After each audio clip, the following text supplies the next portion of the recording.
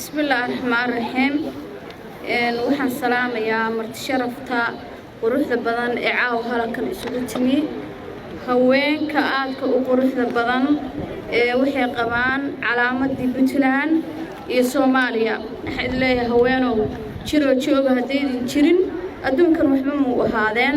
يقضياشا لأن يرادا وفتقي إلى السعودية لما وحيد لي السلام عليكم ورحمة الله وبركاته.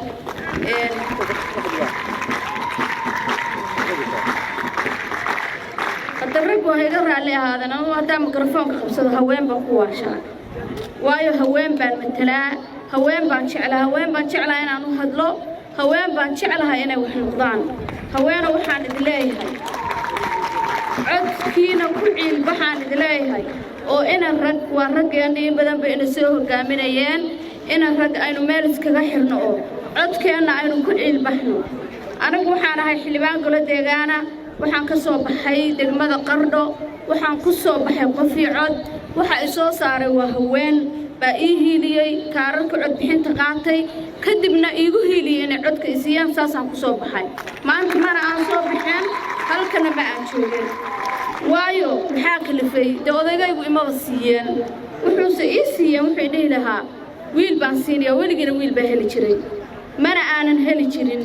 weligaya faamilka aan ka soo jeedo gabar xildhibaan golo deegaana ma noqon yaa ii suurtageliyey ilaahay ka sokow madaxweynaha Puntland Siciid Cabdilaahi Dani oo u hiiliyey dhalinyarada iyo haweenka muxuu ugu hiiliyey iyagu talada ku soo celiyey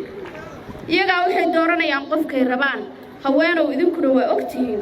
in haweenku ay ka beerjilicsan yihiin ragga oo ka nugul yihiin markii gabdhaha xildhibaanaa soo baxaan waxa idii qabsoomayo baahi kastoo aad u baahantiin haweenow cidda wuxuu sheeganaysaana waa haween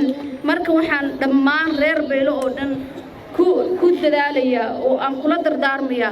inay kaarka cod bixinta qaataan haddii uu kaarka qofku qaadan qofku waxba ma aha qofku waa nool yahay wuxuu waayay laakiin tala ma leh waa qof ma aragtay tala iyo tusaale midna aan lahayn marka si aad qof noqotid waxaa la idinka rabaa